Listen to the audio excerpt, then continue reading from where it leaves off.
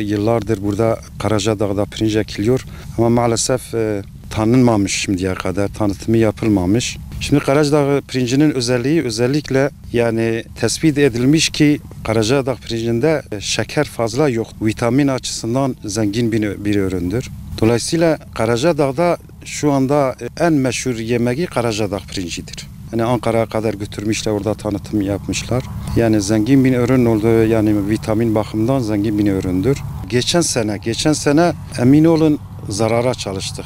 Geçen sene pirinç torbası 135 liraydı. Biz burada mesela bizimki sondaj olduğu için 137 milyar biz sadece ceyran parasını verdik. Yani masraflar o kadar artmış ki gübreden tut, ondan sonra ceyran parasıdır, mazot parasıdır, biçer parasıdır, kurtarmıyor. Ama elhamdülillah bu sene fiyatı iyidir. Bu sene 340-350'ye kadar da satılıyor. Yani bu sene fiyat açısından memnunuz. Ama yine de insan baktığı zaman gübreyi hesapladığınız zaman, biçer parasını hesapladığınız zaman, ceyran parasını hesapladığınız zaman, mazot parasını hesapladığınız zaman yine de fazla bir karı olmuyor. Fiyat olarak elhamdülillah bu sene iyidir. Fakat bu sene ürün yok. Karacadağ'da barajlar boş olduğu için, hani kuraklıktır. Barajlar boş olduğu için ürün azdır. Bundan dolayı ürün az olduğu için de fiyatlar bu sene iyidir. Fiyatlar gittikçe yükseliyor. Mesela ilk ürün çıktığı zaman 300 liraydı. Şu anda 350'ye çıkmış. Şu anda 350'ye çıkmış. Tahminimce yükselmeye devam edecek.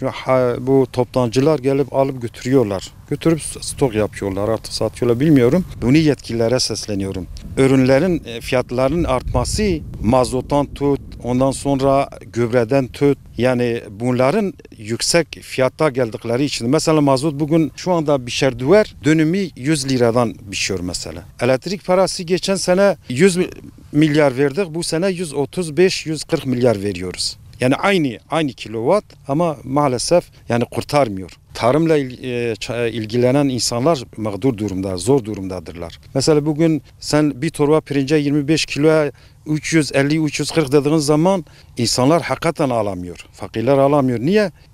Maliyeti yükselmiş. Mecbur sen öyle satmazsan da kurtarmıyor. Hepsi özellikle elektrikten tut, mazottan tut, hepsi bu fiyatların artmasından dolayı mecbur pirince de yansıyor, fiyata da yansıyor.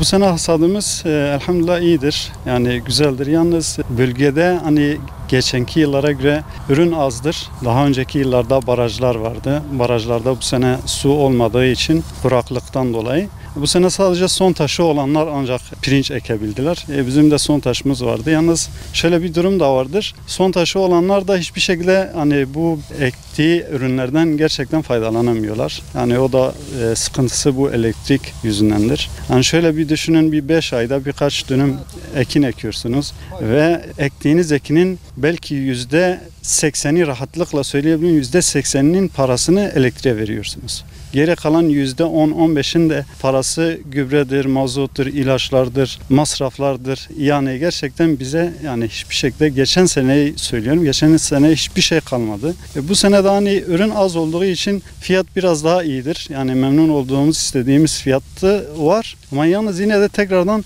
aynı eski duruma geliyoruz ki elektrik. Yani gerçekten bu elektrik çok sıkıntıdır. Yani özellikle devletin hani bu konuda bir şeyler yapması lazım. Çünkü çiftçiler bu konuda çok muzdariptirler. Yani üretici anlamda hani bir şeyler alacaksın ki üreteceksin. Bizde hani bir şeyler alamıyoruz ki o da mecburi anlamda bize. Gerçekten bir şeyler hani bu konuda faydalanamıyoruz yani. Geçen seneki hasadımız hani net olarak şimdi hatırlamıyorum ama dediğim gibi geçen sene ürün boldu. Her yerde nerede bir gölet varsa, bir baraj varsa herkes ekmişti. Yani genel olarak her yıl bu şekildedir. Sadece bölgemizde, önceki yıllarda sadece bölgemizde bu ürünümüzü satabiliyorduk. Bölgemizdeki insanlar faydalanabiliyorlar. Ürünümüz gerçekten hani kalite olarak hani pirinçte biliyorsunuz şeker oranı genelde yüksektir. Bizim ürünümüzde şeker oranı azdır. ürünler. Kalsiyum oranı yüksektir.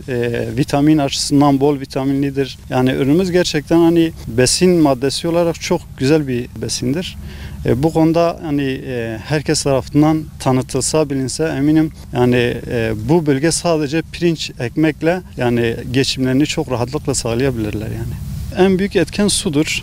Yani pirinç biliyorsunuz su varsa pirinç olur. Yani su olmasa pirinç olmaz. Bu sene dediğim gibi su yoktu. Pirinç bazı yerler daha önce ektiler. Su olmadığı için kurudu gitti. Yani pirinçlerini kaldıramadılar. Hani hasat ekemediler. Bizimki yani sadece bizim tek değil bölgede birçok kişinin de sondajları var. Sondajı olan suyu olan pirincini kaldırabiliyor. Yani ekinini kaldırabiliyor.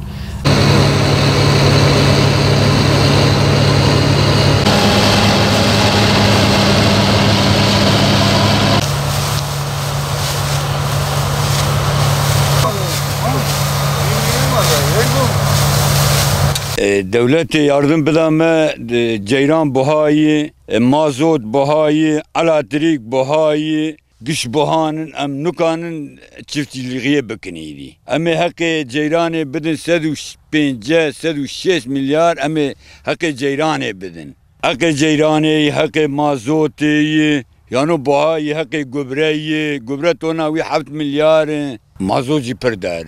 Mazot ma vay biçer dçene güç bu mazotu hakkı kutandına uy hakkı fabrikayı bu yardım ki merre bek gübre henki dağ hakkı ceyrani henki dağ mazot dağ dağwazi ama ev dağ yani biraz indirsinler ishal kuraklık bu ne meganim çini ne meganim khunne çini mecay khunne çini nisk hebu men çini güç kuraklık bu güç arde de çu yani biçer نكتي هانفكي مش أردي نهات مكا كري مجا كري مجنم كري جش ببرا بها إسال ويرما وي نورمال بو ويرما برنجي إسال نورمال باس إسال أم بويجن سالا چوني توربا برنجي بسد وحفتي بو باش إسال daha yüksek buye torbe vidve sesi du penca 305 milyon 25 kilo İnsan fakir hey nukan bugre İnsan